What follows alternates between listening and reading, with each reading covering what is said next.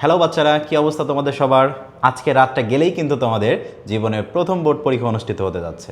So তোমরা কি অনেক টেনশনে আছো? অবশ্যই টেনশনে থাকা কিন্তু খুবই স্বাভাবিক, কিন্তু ভুলে গেলে হবে না যে যতটুকু পড়ছো এটা এনাফ, এটা মোর দেন এনাফ। এখন তোমার কাজ হলো রাতে ফ্রেশলি একটা ঘুম দিবা, এরপরে সকালবেলা উঠে নাস্তা করে রওনা দিবা তুমি পরীক্ষার উদ্দেশ্যে। এবং রিকশায় কিংবা ওই হলের বাইরে গিয়ে কিন্তু কোনো কিছু পড়া যাবে না। এবং পরীক্ষা দিয়ে বের হওয়ার পরেও কিন্তু বন্ধুদের সাথে কোনো কিছু মেলানো যাবে না। এতে করে তোমার পরবর্তী যে পরীক্ষা আছে ওইটার উপর কিন্তু একটা ব্যাড ইম্প্যাক্ট পড়তে পারে যদি তোমার পরীক্ষা মন মতো না হয়।